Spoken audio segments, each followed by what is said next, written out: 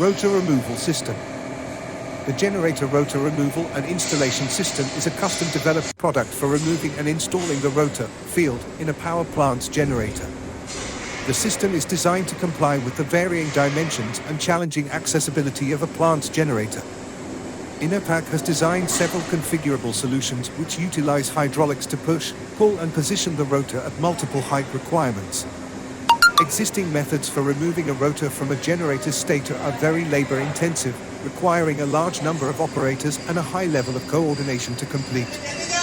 The time and labor required to remove and install the rotor can be reduced significantly using Enerpac's hydraulically actuated system.